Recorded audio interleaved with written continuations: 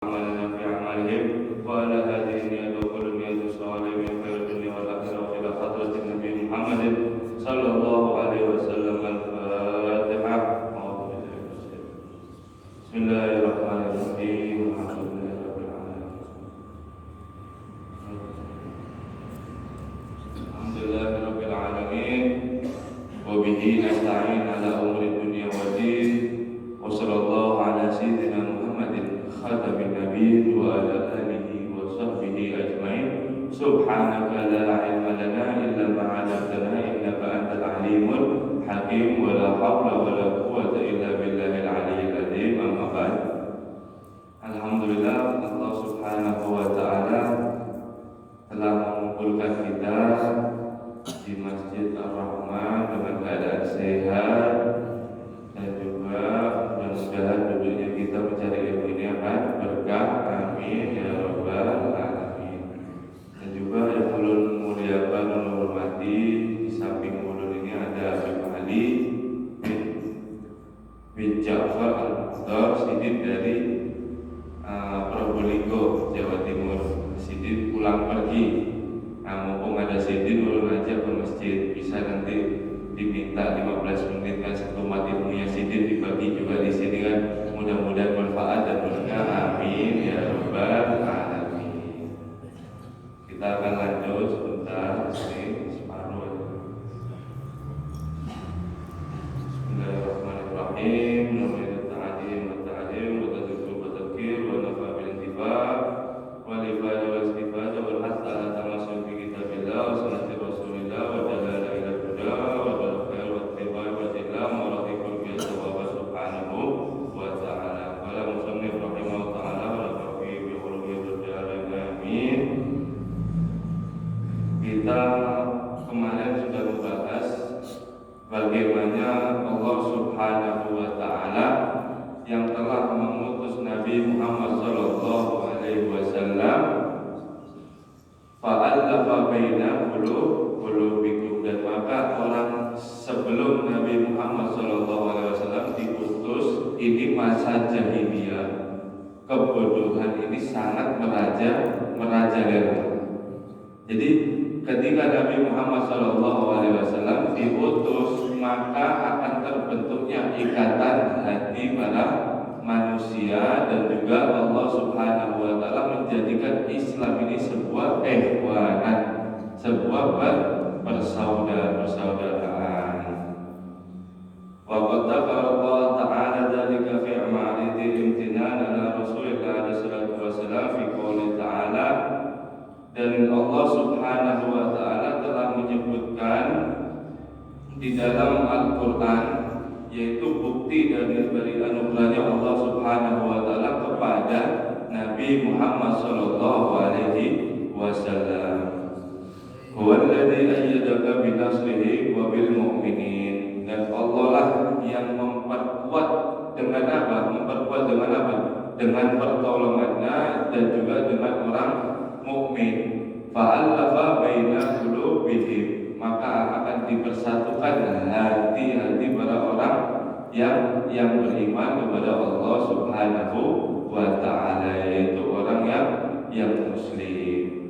Wa qad kanu ma min qabli an yab'atsallahu ilaihim rasulan ala safa'il kufra minan nar. Dan benar-benar Allah Subhanahu wa Ta'ala sebelum mengutus Nabi Muhammad sallallahu alaihi wasallam, hamba ini, orang-orang sebelum Nabi diutus ini, orang-orang itu ada di mana? Jadi Allah ada orang-orang itu ada di tepi dari tepi api neraka. Artinya apa? Jadi mereka ini sangat sesat. Yang pertemuan pekan kemarin itu kita sudah menyebutkan, kalau misal punya anak bayi yang keluar ini binian, maka itu akan dikatakan aib. Dan sampai sebagai orang jahiliyah itu saking tidak sukanya punya anak binian, bisa dikubur hidup-hidup. Bayi dikubur hidup-hidup, ini dosanya seperti apa? Makanya Imam Abdullah Haddad menyebutkan ala safai kufra minan nar. Orang-orang itu sebelum Nabi diutus ada di tepi api neraka sudah. Jadi saking jahiliyahnya, saking kadang tahunya dalam aturan apapun itu merajalela kebodohan.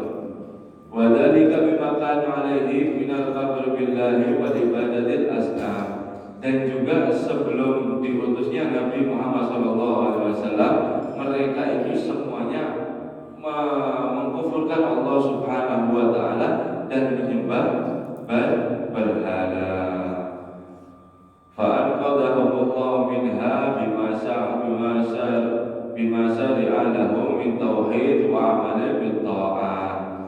Dan juga Allah Subhanahu wa taala setelah itu menyelamatkan mereka dengan apa? Dengan ajaran yang dibawa oleh Nabi Muhammad SAW, yaitu ajaran tauhid dan juga beramal amalan yang taat.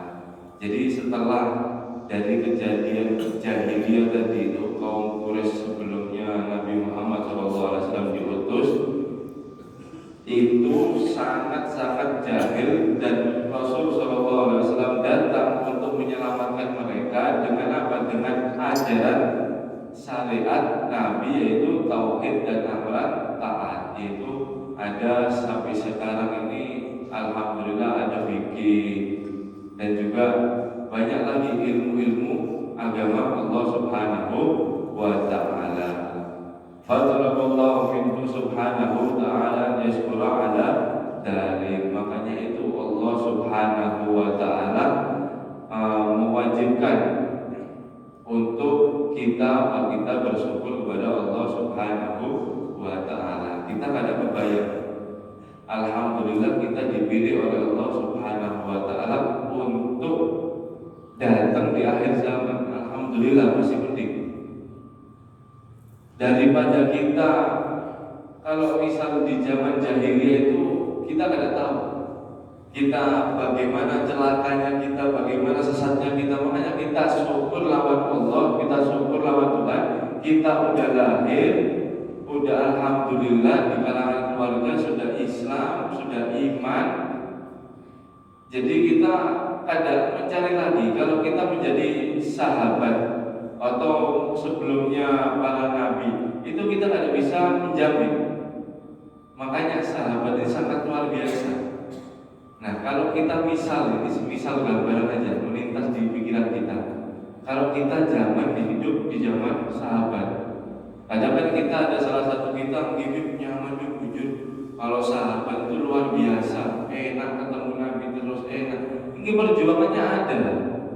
Dan kita ini belum tentu bisa di sana keadaan kita ini Islam mensekutukan Allah atau kita iman sama Nabi, kita tahu. Karena begitu dahsyatnya bagaimana keadaan yang di zaman itu. Kayak misal Isra Mi'raj, Nabi SAW bilang kepada kita di tengah-tengah masyarakat, kada ada angin, kada ada hujan, tiba-tiba bilang, ulun tadi malam habis dari Palestina. Terus ulun naik ke langit 1 sampai ke 7 menembus Sidratul Muntaha. Sampai ulun bertemu Allah, sampai akhirnya kembali ulun ini menyampaikan syariat sholat. Nah, sholat pertama di sana syariat. Nah, kita coba kita pikir, waktu itu kita di hadapan Nabi. Kita ini kada tahu iman, kada tahu apa. Dipadai kayak gini. Apa kita orang yang seperti Abu Bakar As-Siddiq yang langsung mengimani Nabi, atau kita seperti orang yang kafir Quraisy yang langsung mendustakan? Nah, kita tidak tahu. Ya, makanya itu kita di sini alhamdulillah di zaman sekarang kita lahir sudah Islam, iman umat Nabi Muhammad. Alhamdulillah ala Islam wa kafir biha min ni'mah. Sangat syukur kita ini diberikan kenikmatan yang sangat besar, yaitu Islam, dan cukup kita akan kenikmatan ini. Jadi sangat luar biasa, sangat besar sekali karunia Allah Subhanahu wa ta'ala kepada kita. Makanya kita harus diperintahkan buat bersyukur kepada Allah Subhanahu wa ta'ala. Wa ya'riful haq ni'mal alaihim fi iqamatihim minad dhalalah. Dan juga agar kita tahu juga akan haknya Allah, haknya nikmatnya Allah kepada yang diberikan kepada kita dari menyelamatkan kita dari apa? Dari dolalah, dari kesesatan yang tadi. Jadi alhamdulillah sangat luar biasa. Akan tetapi kita jangan sampai menjadi orang yang beriman, akan tetapi imannya dinasti aja. Iman dinasti ini kayak apa? Iman dinasti ini ya kadang ada 1-2 orang ini dia di kalangan muslim, di kalangan orang beriman, maksudnya abahnya, witannya semuanya Islam semua. Nah, dari Islam semua itu dia cuma diajari seala kadarnya aja, kadang disekolahkan fikihnya, tauhidnya, ilmu tasawufnya, jadi kurang dari situ. Akhirnya anak ini tumbuh sampai gagal. Udah, kalau dia sudah merasa sempit, kalau dia udah merasa ada masalah ini, ada masalah itu, dia tidak tahu arahnya kemana. Karena apa? Loh, pian ini kan Islam, syariat pian ada ajarannya. Pian ini dituntut harus gini sesuai syariat. Kenapa pian nggak keluar dari syariat ini? Kenapa? Nggih, karena Allah tidak tahu. Lah pian kan Islam nggih. Abah ulun Islam, umi ulun Islam, tapi kita ada pelajarannya, jadi kita ini tidak tahu mau lari kemana. Nah, jadi itu Islam yang dinasti aja, jangan seperti itu. Maka kita akan mengajarkan mendidik. Jadi biar tahu semuanya bagaimana hak nikmat Allah kepada kita ajarkan semuanya itu. Wastima'u ba'da firaq, dan kita syukur juga Allah Subhanahu wa ta'ala telah mempersatukan kita, menjamak kita setelah dicerai-beraikan. Wa haddharahum fi dhikri dzalika mujibat firqah, dan juga peringatan akibat bagian dari alasan bagaimana kalau dari kaum ini yang sebelumnya itu bercerai-berai dan setelahnya dipersatukan oleh Allah Subhanahu wa ta'ala. Waqtilafi ba'da ijtima' wal ittilaf, dan dari mana perpecahan setelah persatuan. Jadi kita sudah tahu maksudnya itu akibat dari perpecahan itu apa, dan akibat nyamannya dari persatuan itu apa, kita sudah tahu. Di mana kita tahu? Allah Subhanahu wa ta'ala sudah menjelaskan semua di dalam firman-Nya. Dan juga sebelum zaman Nabi diutus, dan itu ada bercerai-berai, ada pertikaian yang sangat sengit, dan itu akhirnya Allah Subhanahu wa ta'ala allafa baina qulubihim, dan Allah sudah memperkuat hati para mereka. Wa kadzalika yubayyinullahu lakum ayatihi la'allakum tahtadun, dan demikianlah Allah menjelaskan dari ayat-ayatnya supaya apa? Supaya kalian dapat petunjuk dari Allah Subhanahu wa ta'ala. Tasdadun huda ila hadakum kama qala Allah ta'ala, dan untuk bertambah dari tambahnya petunjuk kita, seperti Allah Subhanahu wa ta'ala berfirman dalam Quran, walladzina tahtadaw zadahum huda wa atahum taqwahum, dan mereka orang-orang yang dapat hidayah akan ditambah lagi hidayahnya, wa atahum taqwahum, atas balasan dia dari ketakwaannya.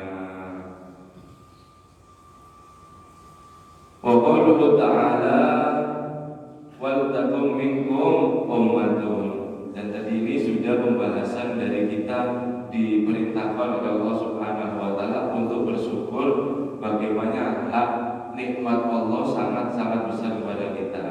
Dan sekarang kita memasuki bab yang dimana kita hendaknya menyeru dalam kebaikan.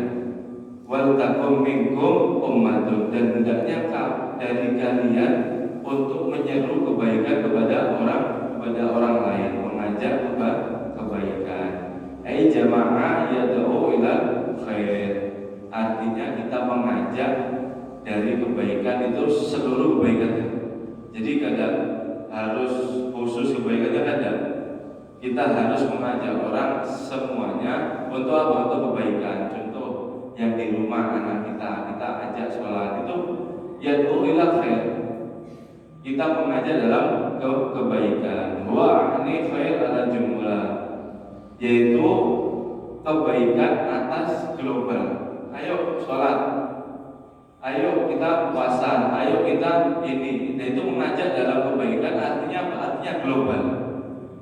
Artinya global. Al-iman wa ta'at, dan juga kepada menguatkan iman dan ketaatannya. Wa da'wa ila dzalika manzila ila Allah indallahi rafi'an wa qurba ila Allah azima, dan menyeru, mengajak kepada Allah Subhanahu wa taala itu merupakan yang sangat tinggi di sisi Allah dan sangat dekat orang itu di sisi Allah Subhanahu wa taala. Ini sudah 15 menit, kurang 15 menit.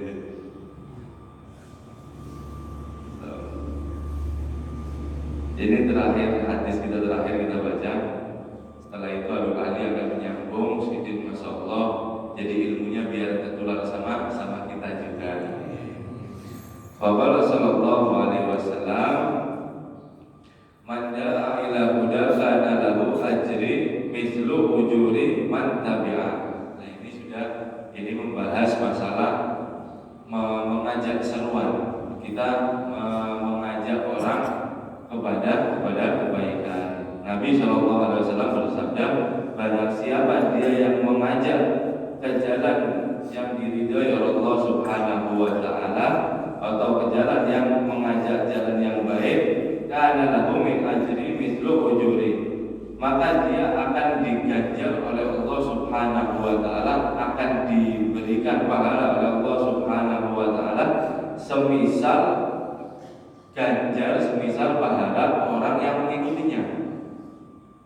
Min ghairi an yanqusa min ujurihim syai'un, dengan tanpa mengurangi sedikit pun dari pahala tersebut. Jadi barang siapa orang yang mengajak dalam kebaikan, maka dia akan diganjar semisal orang yang memperkerjakan itu. Jadi kita misal sholat sunnah atau sholat berjamaah misalnya. Ayo kita sholat, jangan sholat sendiri-sendiri, sholat berjamaah. Sholat berjamaah itu 27 kali lipat pahalanya. Nah, barang siapa kalau kita mengajak seruan tadi itu dalam kebaikan, dalam sholat jamaah, maka dia mengerjakan sholat jamaah. Nah, pahala 27 kali lipat itu kita dapat juga, tanpa mengurangi pahala yang mengerjakan tadi itu. Jadi sama. Kalau kita mengajak orang kebaikan, maka balasannya sama kayak dia menggawe perbuatan itu. Wa man da'a ila dhalalatin 'alaihi min ismi mislu azaman tabi'a, dan barang siapa dia yang mengajak dalam kejelekan, kesesatan, maka orang itu akan diberi dosa semisal dosa orang yang mengerjakan. Wa man ghaira an yanqusa man azamihi syai'un, dan tidak mengurangi sedikit pun dari dosa yang orang tadi menggawinya atas apa? Atas ajakan dia untuk dalam kesesatan.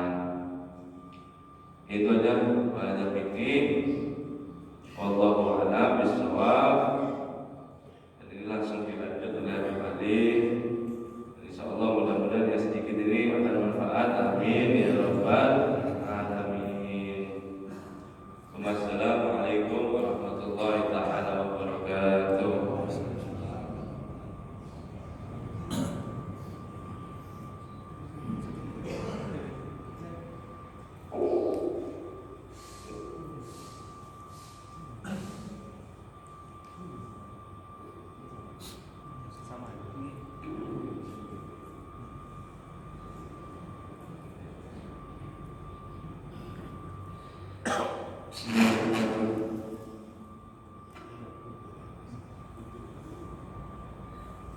Assalamualaikum warahmatullahi wabarakatuh.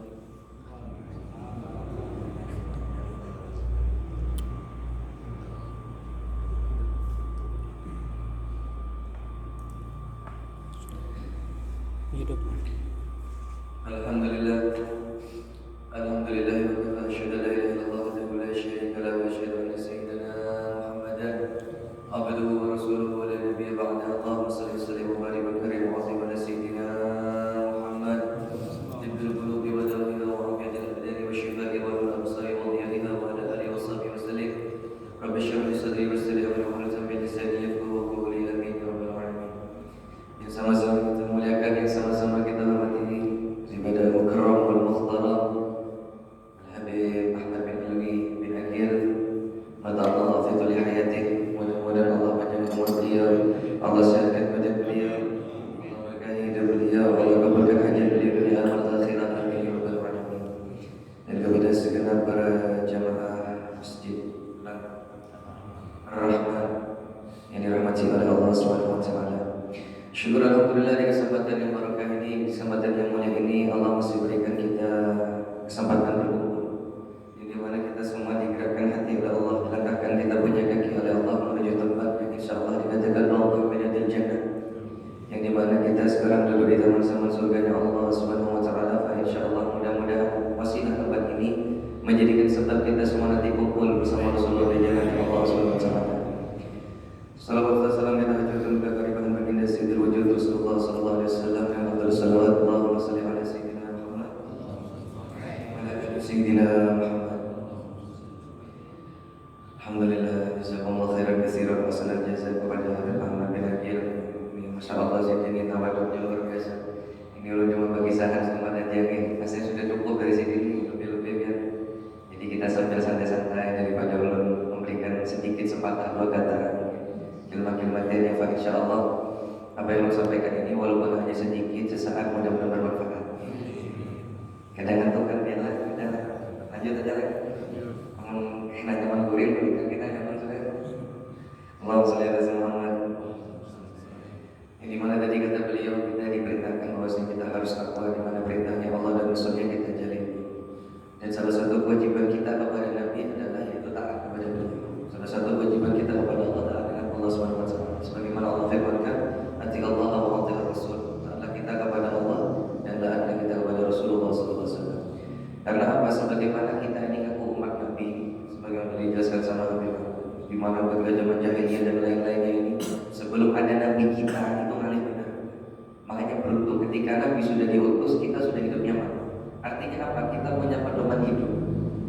Biar aspek hidup kagawiannya biar apa tak usah jadi pedagang, jadi bahasa kita jadi orang peternak atau apakah usaha semua atau kehidupan kita semua itu ada di dalam Nabi Muhammad SAW. Laqad kana lakum fi Rasulillahi uswatun hasanah. Jadi Nabi jadi uswah. Jadi kalau kita mau cari uswah paling baik ya Nabi aja sudah. Kalau usah cari yang lain-lain, insyaallah kita umpati Nabi dia yang paling kita. Bahkan sampai ulama ini berpesan kepada kita, kalau kita ini mohon maaf, mungkin kayak ulun sama mungkin pian-pian yang merasa ilmu kita sedikit, yang dimana kita bukan orang ahli ilmu. Kita ini bisa jadi orang yang tinggi derajatnya sama Allah dengan 84. Dari mana? Mulai daripada sifatnya Nabi Muhammad SAW. Jika kita megang yang 4 ini, walaupun kita bukan orang berilmu, akan tinggi derajatnya sama Allah. Maka ulama berpesan sama kita apa? Yang pertama, kata ulama tadi, jadilah kita ini bersifatnya Nabi, yaitu jadi al-halim, orang yang sabar dan gampang emosi.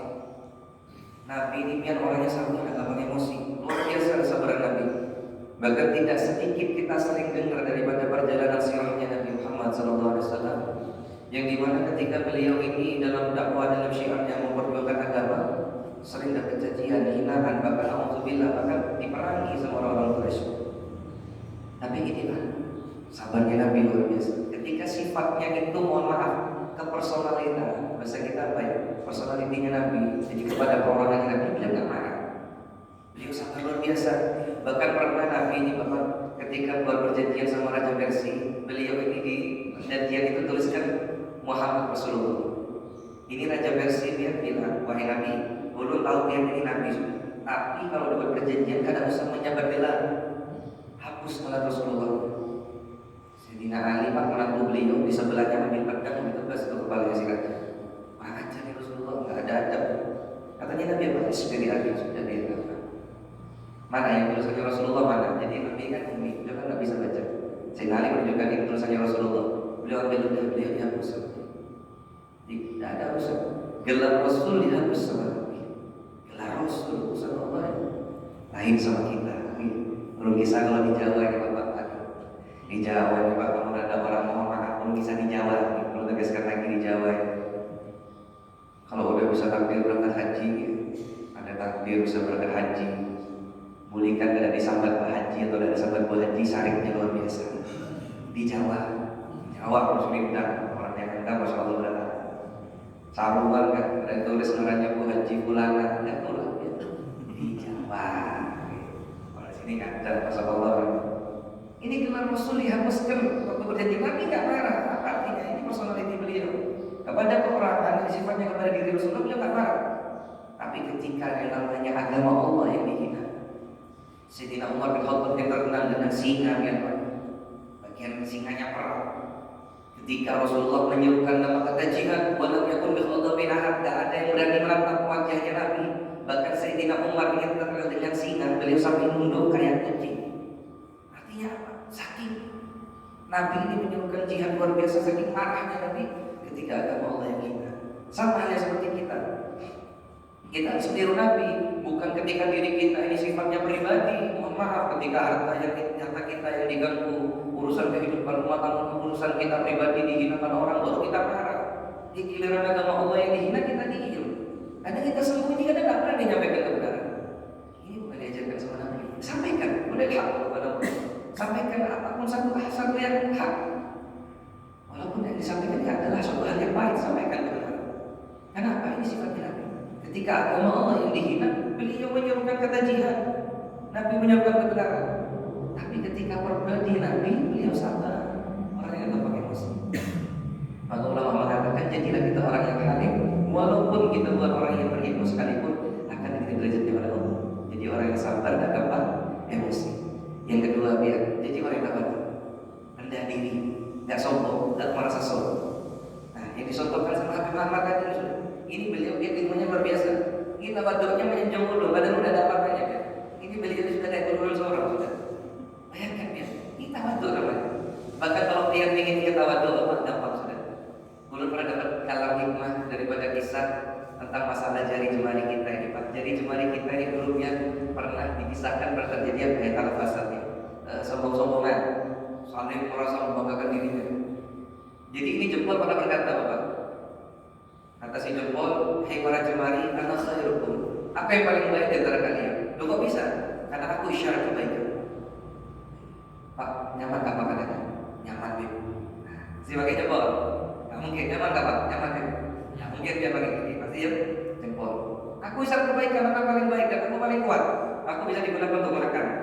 Jadi apa yang paling mulia di antara kalian? Telunjuk kamu katanya. Kata si telunjuk apa? Jempol, kamu sholat gak? Ya sholat, orang beriman, Pak, aku beriman sama Allah sama Rasulullah. Ya sudah, waktu sadar yang dipakai siapa? Asyhadu an la ilaha illallah wa asyhadu anna Rasulullah. Tidak mungkin kita pakai jempol, pakai telunjuk. Kalau sampai sholat waktu sadar pakai jempol, dipukuli malaikat kan aja. Artinya apa? Pasti pakai telunjuk. Katanya sini telunjuk apa? Aku paling baik sudah. Karena aku dipakai sholat. Sekali jadi itu nggak ada muka ya. Para jari jemari kumpul, berapa? Ketika sudah kumpul tanya, maaf Tuhan, sampai paling tinggi. Khairul umur sutuha. Nabi pernah berpesan sebaik-baiknya suatu hari ada di tengah-tengah saja. Sampai berada di tengah-tengah. Aku paling tinggi, aku berada di paling tengah. Ya sudah, akan paling mulia dari kalian. Jadi sekali jari manis dalam kalah. Jempol, kamu diam dulu. Walaupun kamu baik, kamu paling kuat, kamu syarat kebaikan tetap kamu jempol.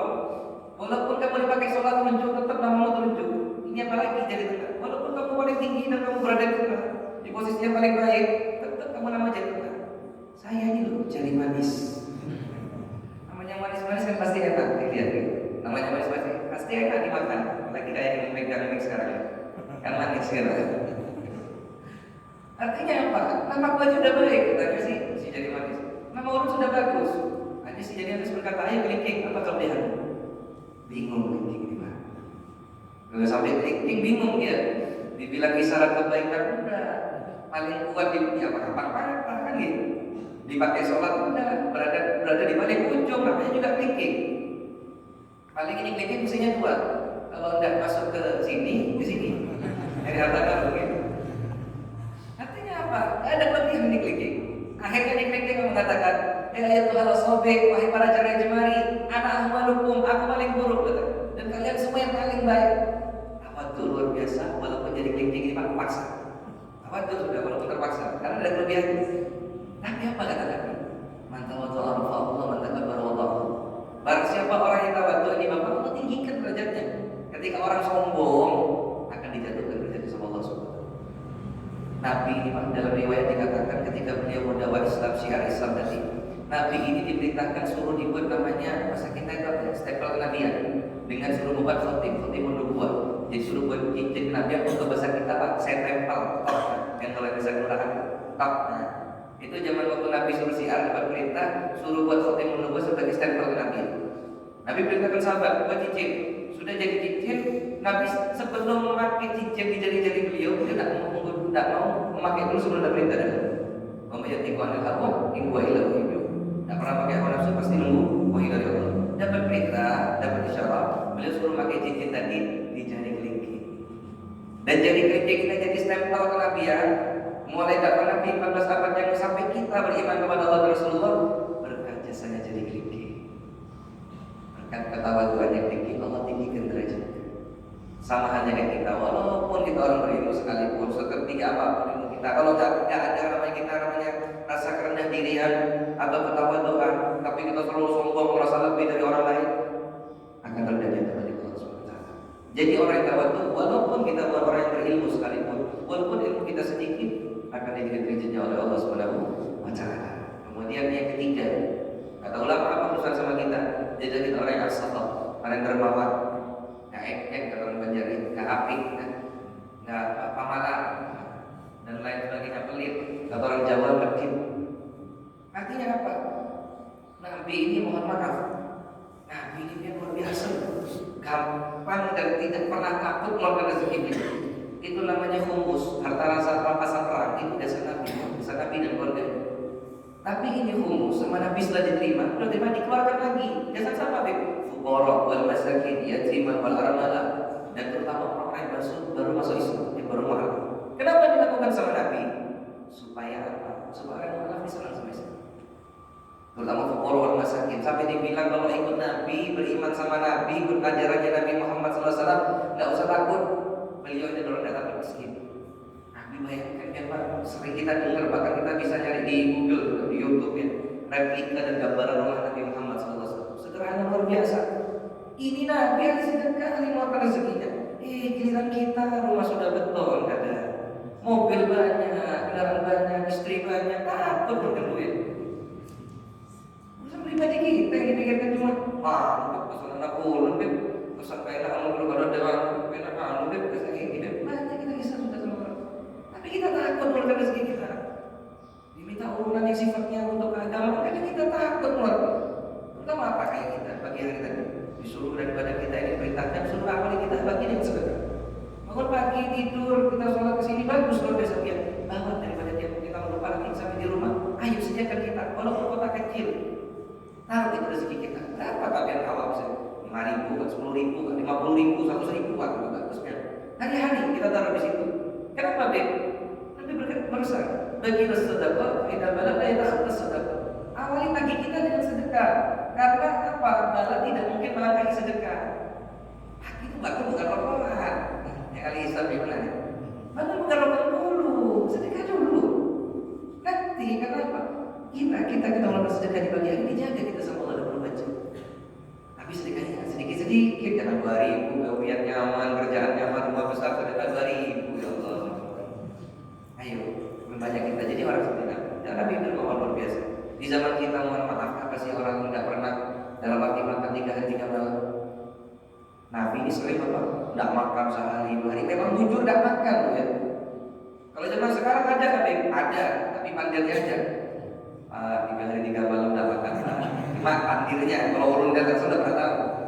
Ini Nabi bujukan. Ini riwayat banyak soal, banyak daripada perawi-perawi hadis atau perawi-perawi riwayat daripada sejarahnya Nabi yang mengatakan Nabi sering. Bahkan tidak sekali 2 kali beliau tidak makan sehari 2 kali, bahkan sampai sepertiga. Itu masih sedekah loh. Kita yang makannya aman, tidurnya aman, tempatnya aman, sedekah masih takut sama Allah. Jangan takut, terutama yang sakit, banyak sedekah. Kenapa sedekah Habib? Lawan bersedekah. Obat yang paling bagus ini Pak, yang paling mujarab di antara kita berobat adalah dengan sedekah. Ini mediator zaman pengobatan Nabi Ibrahim. Zaman Nabi Ibrahim di Pak Waktu itu ada anaknya dokter ini. Zaman Nabi Ibrahim, mereka pakai mediator, namanya mediator sedekah. Tapi dengan taraf dan sesuai keluar dari semua sesuai dengan penyakitnya. Contoh, ada orang sakit gigi. Namun kita ini periksa gigi perjalanan nukar obat dapatlah 200 sampai 300 ribu. Di zaman Nabi Ibrahim itu mereka mediator sedekah. Ambil duit buat 300 ribu, mereka sedekahkan. Dengan apa? Harapan apa? Membuang bala daripada penyakit gigi tadi. Tapi harus sesuai. Bukan berarti penyakit gigi kalau periksa buat 300, sedekahnya 5.000. Nah, ini gak angel Pak, orang Jawa Pak. Atau orang Jawa itu angel.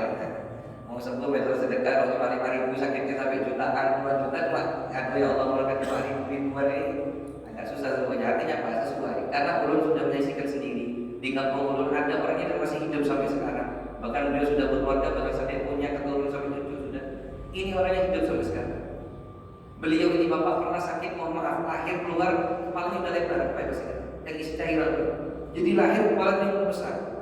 Di zaman itu Pak, tahun sekitar 60-70-an, belum ada dokter yang sembuh. Pertama di Indonesia aja nggak ada yang bisa, harus ke luar negeri. Sedangkan waktu itu transportasi dan biaya mungkin minim. Akhirnya apa? Ini mamatnya daripada si fulana ini, daripada ibunya ini, beliau langsung menggunakan mediator sedekah. Beliau jual sawahnya kurang lebih 1 hektar. Beliau jadikan beras berataan, 1 butir beras pun tidak dimakan sama mamatnya si ini. Disedekahkan berataan. Dengan izin Allah, tetap mediator kita berobat, tetap kita Islam ajarkan suruh berobat, suruh datang untuk pengobatan. Beliau tetap berobat, minum obat. Subhanallah, 4 tahun berlalu, mulai beliau lahir sampai usia 4 tahun. Dengan mediator cuma obat jalan yang harusnya operasi, Allah kasih kemudahan disembuhkan dulu ya. Barokahnya pas sedekah, jual tanah 1 hektar ya. Gampang loh jual tanah buat sedekah ya. Kalau dasar jual tanah buat dasar usaha baru atau jual tanah buat tukar tanah lagi banyak. Ini tukar tanah buat disedekahkan 1 hektar dan orangnya masih ada sampai sekarang. Ayo, jadi seorang yang dermawan, jangan jadi orang yang apik atau orang yang engket sekalipun. Walaupun kita ini artinya jangan jadi orang bakhil. Walaupun kita buat orang yang ahli ilmu, walaupun ilmu kita sedikit, ditinggi derajat kepada Allah Subhanahu wa Ta'ala. Dan yang terakhir yang keempat, alhamdulillah, yang keempat sudah terakhir Pak. Ini guling-guling bangun biasanya. Yang keempat apa? Yang keempat jadilah kata ulama itu adalah kita ini orang yang husnul khuluq, memiliki kepribadian yang baik. Sayyidina Abbas radhiyallahu anhu pernah ditanya, "Ma huwa husnul khuluq?" Sayyidina Abbas kata beliau, jadi katakan husnul khuluq ini ya meliputi 2. Yang pertama adalah gampang senyum, wajibut bersusun, tak gampang merangut. Nah ini apa bahasa orang ini merangut lah, gampang senyum Bapak. Dan yang kedua apa? Kalam menayin, kalau bicara sama, nggak teriak-teriak. Suruh gampang murah senyum. Nah, makanya ya Bapak niatkan gampang murah senyum. Ibu murah senyum ibu kan? Jangan menyarikan sama suami biar. Makanya kalau kita sering sampaikan Pak, kenapa sih orang-orang laki yang ini ibu lupa dari suami ini ibu kesan biar enak. Kenapa suami-suami ini bukan suami biar, dia lain bisa dijawab. Kalau ini orang luar biasa suami biar ini, kalau bisa dijawab. Di Jawa ini kenapa banyak suami-suami yang betah di warung, bukan orang Jawa lah, sebelum warung, bukan di warung sama kawan-kawan ngopi. Kenapa satu juga dari warung? Apa sebab? Sebagai orang laki, kenapa? Ketika kita masuk Bu, langsung disambut dengan senyuman. Ketika disambut langsung ditawari, tidak minum apa-apian, kopi kah, teh kah, extra jus kah? Nah ini loh yang dibutuhkan seorang suami. Zaman sekarang enggak lah, datang menggulingkan kita ke rumah, mana duit? Duit pengen nukar gas, nukar minyak, nukar ini, baru boleh bukan disenyum, ini paling tak gitu. Saya sudah ada kolektor sudah gitu. Artinya apa? Ibu kalau ingin suami betah di rumah, senyumin dulu. Jadi jaga sama Sayyidatul Fatimah, senyum dulu. Dudukkan suami ini dan menopang Pak. Jangan tanya duit dulu, kayak nggak duit itu sudah. Datang, suami sudah capek, sudah siapkan makanannya, siapkan minumannya, siapkan anaknya. Itu yang bikin suami yang betah ya. Kalau bisa tadi ini suami ini, ya wah, kalau suami sini sudah betah-betahan. Insya Allah kalau sampai amalkan itu udah betah lagi. Artinya apa? Gampang senyum. Ini pada gampang senyum, ya. Gampang senyum, jangan orang. Nanti kayak niatkan oleh keluar dari masjid ini kita senyum. di rumah senyum, mau makan senyum, di kamar mandi senyum, dudukan seorang senyum, menjalankan seorang senyum, senyum sendiri jalan-jalan. Nanti insya Allah kalau senyum sendiri jalan dan ketemu lagi di sini Pak, itu sakit. Artinya apa? Kata senyum Bapak, jangan gampang marah mood, gampang marah. Jadi kita tenang, senyum ya. Insya Allah terutama senyum tadi ini ketemu saudara seiman kita yang mahram. Nah, yang mahram Pak, bukan kepada diri orang. Nanti kayak tahu yang senyum bagi orang. Bu, sama suami pian, sama suami pian, dan suami orang. Artinya apa yang mahram dengan kita yang seiman dan terutama yang semahram dengan. Yang kedua apa? Jadilah orang yang kalau ngalah lain, dan teriak-teriak santai. Artinya apa sih, Bib? Kalau lain tadi ini kan mohon maaf mungkin biar ada kekawanan nih karena Yusuf kalau cerita, wah, kalau cerita kami, kalau ngomong teriak-teriak, ketawa teriak-teriak, tidak diajarkan sama dia. Dilarang. Kalau masih bagus mengatakan ini bukan orang yang sudah pergi bekerja keras. Bukan berarti kita artinya ngomongnya lemes, dalam lain bukan artinya lemes, tapi artinya sesuai dengan taras normal pada umumnya. Ya ngomong santai, kita harus tidak apa-apa, ketawa wajar yang ketawa. Kalau yang ada orang ini Pak, mungkin ada kawan seperti itu. Kalau sudah ngomong ketemu pertama aja sudah teriak-teriak. Kalau ngomong ketawa apalagi apa. Ini hati-hati, tidak memiliki pribadi yang baik. Dikatakan Rasulullah tadi ketika kita murah senyum, tidak gampang marah, terutama kalau ngomong santai. Nah intinya itu kan, ngomongnya santai, sopan dan santun. Nah ini kalau lagi tadi. Insya Allah mudah-mudahan walaupun kita bukan orang yang berilmu, ketika kita melakukan yang empat akan dijadikan orang yang diridhoi oleh Allah. Apa tadi yang pertama? Ya. Yang kedua. Yang ketiga apa Bu? Ada apa? Ada jawab tadi. Yang keempat apa? Rasulullah pribadi yang baik, mengikuti dua gampang senyum dan kalau ngomong santun, sopan, tidak teriak-teriak dan keluar-keluar orang yang baik. Insya Allah walaupun kita bukan orang yang adil sekalipun, bukan orang yang bisa didirikan dari Allah Subhanahu wa taala. Mudah-mudahan kita semua insya Allah panjangkan umurnya oleh Allah. Allah berikan kemudahan dalam rezeki kita, Allah lancarkan hajat kita dunia akhirat, Allah kabulkan hajat kita dunia akhirat. Pak insya Allah ya Rabb, kami punya keluarga ya Allah, kami punya keturunan ya Allah, jadikan kita punya keluarga yang sakinah mawaddah warahmah. Jadikan kita punya anak ya Rabb, anak keturunan kami yang saleh dan salehah, yang bisa mengingatkan kami, yang bisa doakan kami nanti kalau kami meninggal dunia ya Allah. Dan terlebih ya Rabb, kami mohon kepadamu, kami adalah orang yang berdosa. Kami banyak kekhilafan, kami banyak maksiat, kami banyak mengingkari atas perintahmu ya Allah. Kami mohon kepadamu, jadikanlah kami adalah orang-orang yang menjadikan sebab daripada tempat ini Engkau angkat segala dosa-dosa kami ya Allah. Dosa yang terdahulu, dosa yang sekarang atau yang akan datang, dosa yang kami lakukan sengaja atau tidak sengaja, dosa orang tua kami, dosa guru-guru kami, dosa orang yang baik dengan kami ataupun dosa orang yang jahat sama kami ya Allah. Dan Kau mohon kepadamu dosa-dosa orang daripada orang-orang terdekat kami, ampuni mereka juga ya Allah. Ampuni daripada dosa-dosa pasangan kami, dosa keturunan kami ya Allah. Dan mudah-mudahan berkat dari tempat ini ya Allah, kami jadikan orang-orang yang selamat dunia akhirat. Jadi orang-orang yang insya Allah kita dikumpulkan dunia akhirat bersama Nabi Muhammad SAW beserta keluarganya, keturunannya, sahabatnya dan Rasulullah ila yaumil qiyamah. Dan mohon kepadamu ya Allah, mudah-mudahan kami adalah orang-orang yang selalu bisa ta'zim dengan sunnahnya Nabi, semakin cinta sama Nabi dan Nabi semakin cinta kepada kami ya Allah. Dan mohon kepadamu ya Allah, mudah-mudahan kami adalah semakin Allah memberikan panjang umur dalam ta'at bi ta'atillah wa Rasul, dalam keadaan yang kita selalu taat kepada Allah sampai meninggal kita dalam keadaan beriman husnul khatimah bijahi walid Fatimah wa husnul khatimah ya Allah biha ya Allah biha husnul khatimah ya Allah biha ya Allah biha husnul khatimah ya Allah biha Allah husnul khatimah. Rabbana taqabbal minna innaka wa tub 'alaina tawwabur rahim. Rabbana atina fid dunya hasanah wa fil akhirati hasanah wa qina adzabannar. Sallallahu alaihi wa sallam. Alhamdulillahirabbil alamin.